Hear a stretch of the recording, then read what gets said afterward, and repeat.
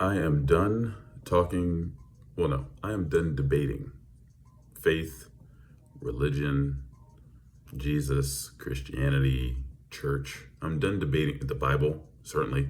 I'm done debating these things with people. And there's a few reasons why. The first reason is because I realize we're not debating on the same level. Oftentimes when I have these discussions with people and they get kind of tense, it also gets counterproductive. I don't have anything to sell anybody about faith or their faith, and I can't. I am not the authority to do so. The only authority there is to help someone with their faith is God, and it's not my place to tell them how to get there. They're on their own personal journey. I think this is best summarized in a story that happened to me recently where I was at my girlfriend's church, and one of the guys who's also kind of outspoken like myself, I really like him a lot. He was leading the Sabbath school session for us, and he'd asked the question, and the answer to that question was communion, was the sacrament of Holy Communion. And that wasn't that's not how they articulated it, but what I said as the answer was the Eucharist. So I raised my hand. I was the first person. I said, "Hey, it's the Eucharist." And he said, "No." And I said, "Oh, okay." And I was like, "Whatever. I guess it's not the answer." And then somebody else later on said, "Communion." And I looked and I'm like, and he said, "Yes, that's the answer." I'm like, "Wait a second." And so I stopped him after the class. And here's what happened. I wasn't, going to chastise him. I didn't care at the end of the day. It's just a class. But I said, "Hey, I said the answer to that question was the Eucharist, but it's communion." And he was like, "Yeah." And I'm like, "They're the same thing." He said, "Oh, I just didn't know what that word meant."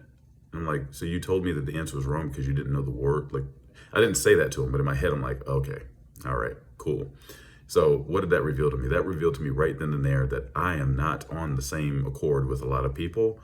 And it's not to say that I'm like higher or lower. I'm just saying I am different, and they are different from me. And so I can't debate with someone like that, to drive that point home. Why would I debate with somebody who doesn't have the vocabulary to understand how I'm debating? Just doesn't make sense. And then the question is also, like, what's the point? This is the second reason. Like, what is the point, right? For me, the point of anything is to help people get closer to God. But I cannot do that by being a megaphone. Instead, I will let my actions be a megaphone, and everything else will just be on them, right? I'm not going through life and trying to bring people closer to Christ. I know that the Bible talks about, mission, being on mission and, all these things, and building the church. Fuck all that. That's not for me. I'm not doing it, because the third point, I am not trying to die for God. And God, if there's anything in this world that knows what I mean when I say that, it is God. I don't have to explain it to you, but suffice it to say that what I'm saying is I don't intend to be a martyr. I have no interest in being a martyr. I don't want to try to get people to be more holy or moral or whatever. My job is to be a role model for the grace of God in my own life, such that it prompts change by others on their own. They look at me and they say, "Oh, David, that guy, there's something up with him, and I like it. What is it about him?" And they just observe me. And through their observations, they find a better and deeper relationship for themselves with their own God, because everybody has their own relationship with God. That's it. So what the fuck am I going to do arguing with somebody? Like, why? Why would I do it? My faith is for me alone. My relationship with Christ is for me and me alone.